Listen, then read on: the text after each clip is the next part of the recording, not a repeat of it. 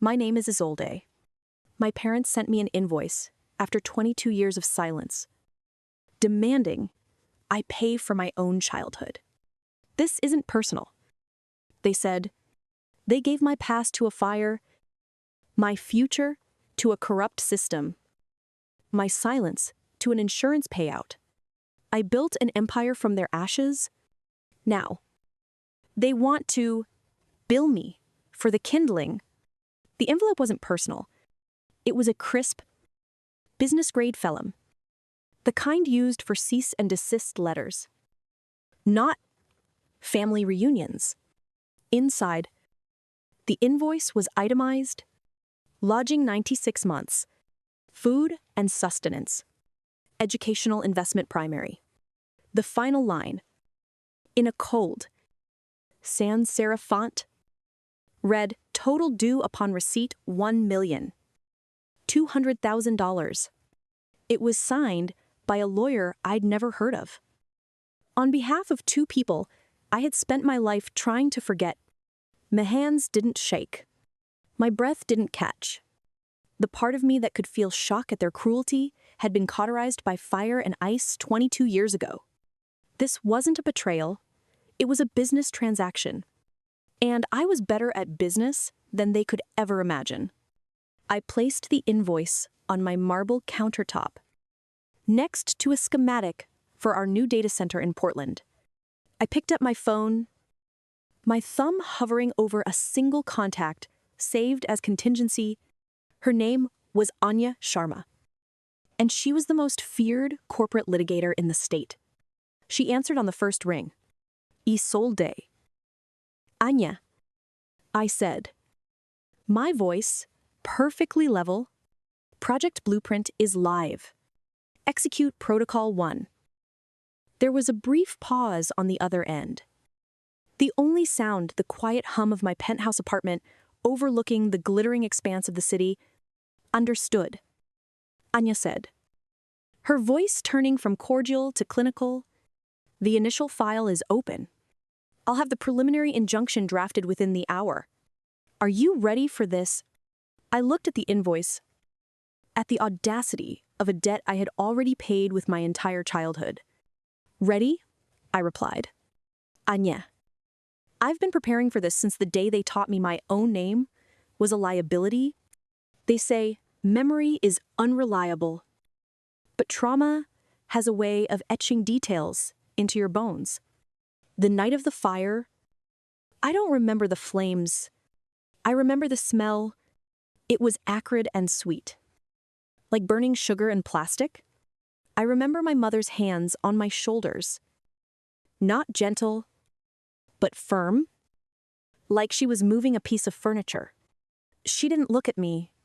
She looked past me, at my father, who was wiping soot from his face with a rag that only seemed to smear it further. It's a new start, he said, his voice a low rumble that failed to sound reassuring. A better chance for you, Isolde. I was 8. I didn't understand what better chance meant, but I knew it didn't feel good. They drove me to a drab, concrete building with barred windows an hour outside of town. A man with a thin mustache and a stained tie met us at the curb. He didn't introduce himself as a social worker. He just grunted and took the small duffel bag from my father's hand. My mother knelt, her perfume mixing with the smell of smoke still clinging to her coat. You have to be a good girl now, she whispered. Her words, a cold puff of air in the autumn night. Don't tell anyone about the shop. It was an accident. Good girls keep secrets. She kissed my forehead. It was a dry, papery kiss. En obligation fulfilled. They didn't look back as their car pulled away, leaving me on the curb with the man who would oversee the next 6 years of my state-sanctioned misery. It wasn't a foster home. It was a holding pen, a place where inconvenient children were warehoused and forgotten. I learned later, much later, that my parents had called it a special program for gifted children to any relatives who asked, They had spun a narrative of sacrifice, of sending their troubled daughter away for her own good. They didn't just abandon me, they curated the story of my absence. They gave me a better chance to disappear, so they could have a better chance at a life funded by insurance fraud. They thought they had erased me. But you can't erase something that is destined to burn brighter than the fire you started. The preliminary injunction Anya filed was a silent, surgical strike. It legally barred them from contacting me, my business, or my employees. For 3 weeks, there was nothing. A hollow, unnerving, quiet.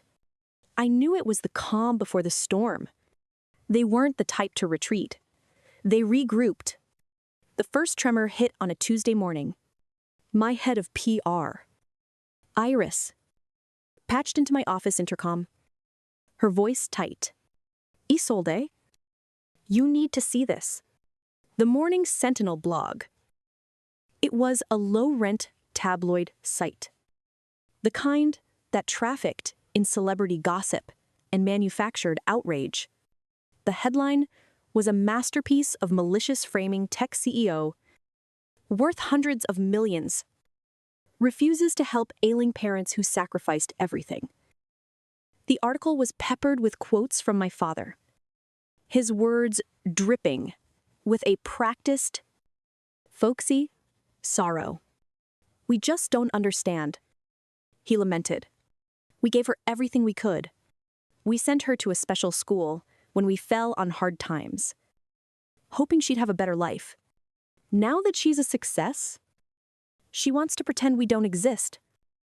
They had photos, my second grade school picture, my face round and hopeful, a recent paparazzi shot of me leaving a charity gala, looking cold and aloof in a designer gown. They'd even found a neighbor from our old town to provide a quote, "They were always such a loving family."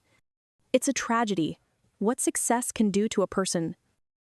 It was a declaration of war, fought not in a courtroom, but in the court of public opinion. My inbox began to flood with emails. My company's social media was spammed with hashtags ungrateful daughter, family first.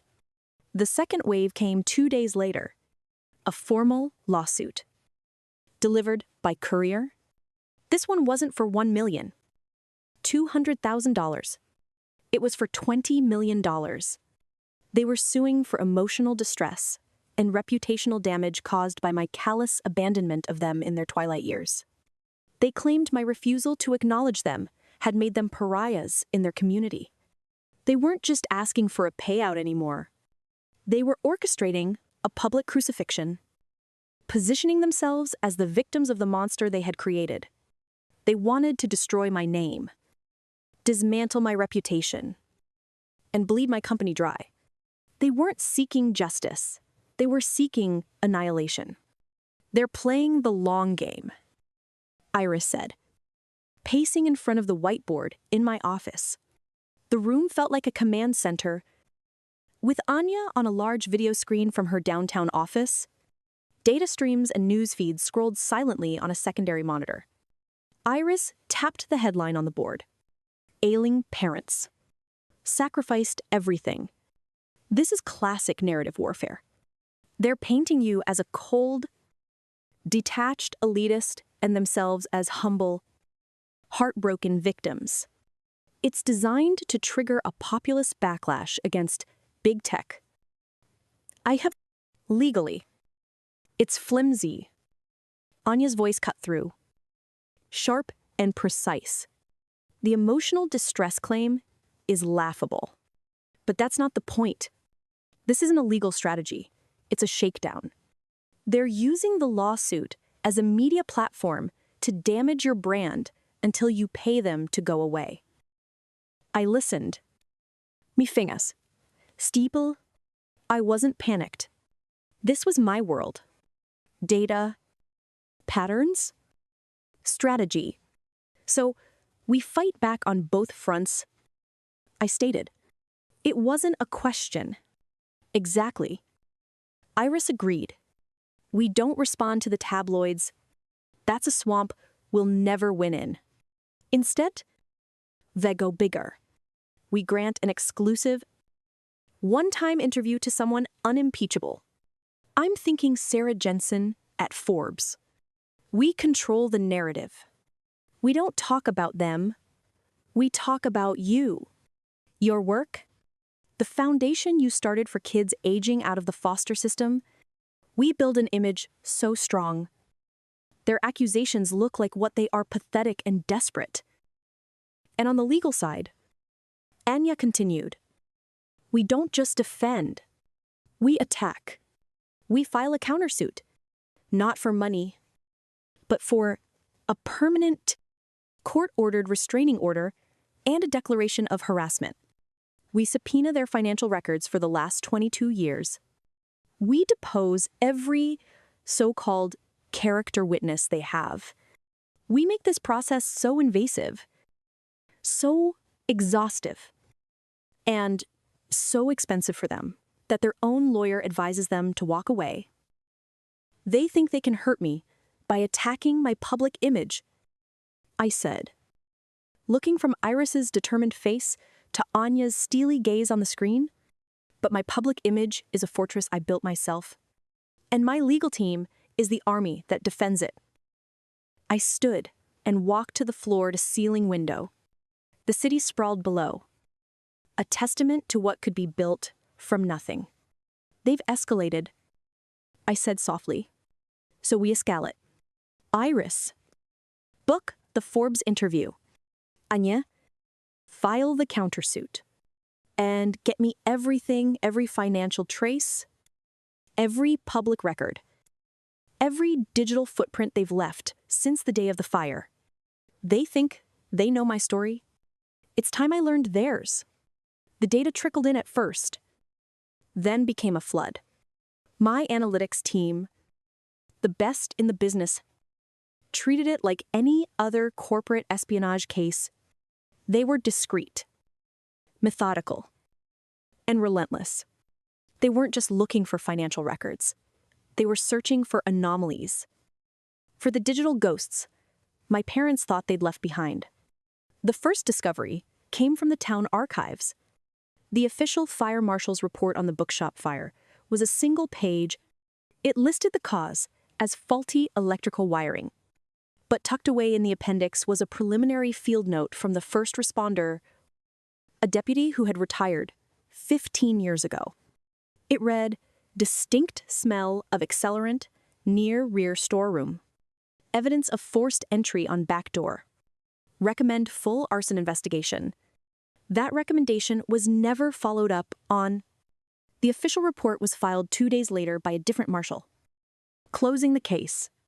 The second piece was the insurance payout, $450,000. A staggering sum for a small, struggling bookshop in the early 2000s.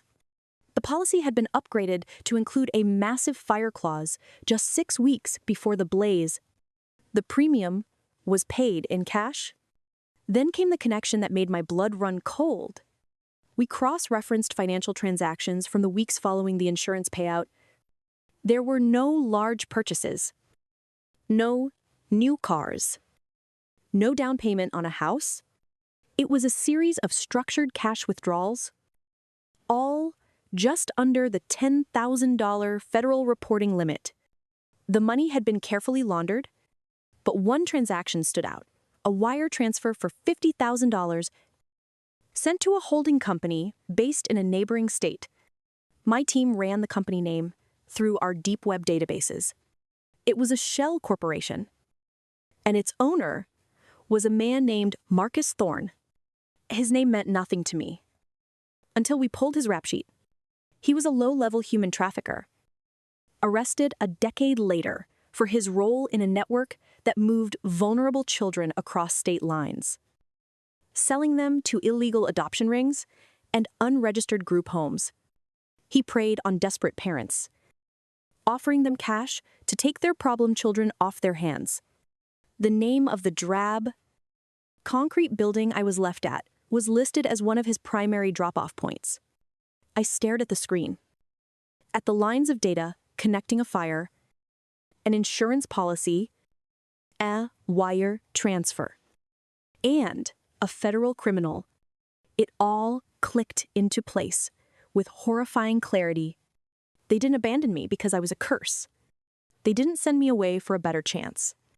They burned down their failing business for the insurance money, and they sold me their 8-year-old daughter, the only witness to a human trafficker, for $50,000 to guarantee my silence. The invoice, the lawsuit, it was all built on a lie that concealed a crime far darker than I could have ever imagined. They weren't just bad parents. They were felons. And they had just tried to extort the one person on Earth who held the proof. The settlement conference was their idea. Their lawyer probably sold it as a final chance to intimidate me into a quiet payout before a costly trial. They chose a neutral location, a sterile, wood-paneled conference room at a downtown law firm. They walked in first, flanked by their attorney. Their faces composed into masks of weary righteousness. My father gave me a short, disappointed nod. My mother offered a tight, sad smile. I arrived with Anya and Iris. I wore a charcoal gray suit, my posture radiating a calm they couldn't possibly comprehend. I said nothing, simply taking my seat at the opposite end of the long mahogany table. Their lawyer, a man named Peterson, began with a patronizing speech about the importance of family and the moral obligation of a child to their parents. He spoke of their pain, their humility, their simple desire for reconciliation. Then he named the number $5 million, and the lawsuit would disappear. A small price, he concluded, for peace. I let the silence sit for a full minute. My parents shifted uncomfortably. They expected me to argue, to show emotion, to break. Instead, I looked at Anya. Now, Anya didn't open a briefcase. She simply tapped a key on her laptop. A large screen on the wall, previously dark, flickered to life. The first image was a high-resolution scan of the deputy's preliminary fire report. The words "distinct smell of accelerant" were highlighted in red. Peterson scoffed. Old news. That was ruled inconclusive. Was it? I asked. My voice dangerously soft. The screen changed. It now showed the insurance policy, the date of the upgrade circled. Then, a timeline of the structured cash withdrawals. My father's face paled. "This is an invasion of privacy," Peterson sputtered. "We're just getting started." Iris said cheerfully, sliding a folder across the table. "You might want to look at this." The next slide showed the $50,000 wire transfer. Beside it was a photograph of a man with a thin mustache and cold, dead eyes. Marcus Thorne. I said, letting his name hang in the air, currently serving a 30-year sentence in federal prison for child trafficking. He was very cooperative when the DA's office presented him with evidence that could extend his sentence. I remembered you both quite clearly. My mother made a small, strangled sound. My father looked like he was going to be sick. Peterson stared at the screen. His professional bluster completely gone. The final slide was a draft of a press release prepared by Iris. The headline read, "Tech CEO Isolde uncovers 2-decade-old arson and child trafficking ring involving her own parents." I stood up, my shadow falling over them. "There will be no settlement," I said, my voice like ice. "Here are my terms. You will drop this lawsuit, and any and all future claims against me or my estate.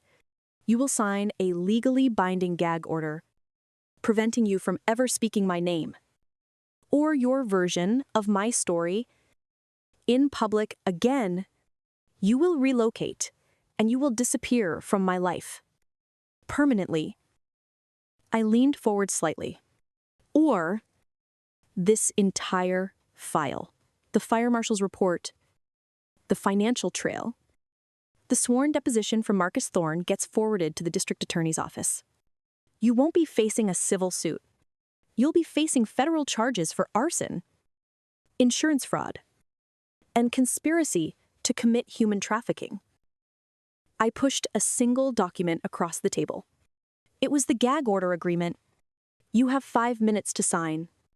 After that, the choice is no longer yours. I turned and walked out of the room without a backward glance, leaving them to the ruins of the world they had built on my ashes. Anya called an hour later. They signed. There was no triumph in her voice. Only the flat finality of a war won. I didn't feel triumphant either. I felt quiet. The noise that had been a low hum in the background of my life for 22 years had finally stopped. Peace.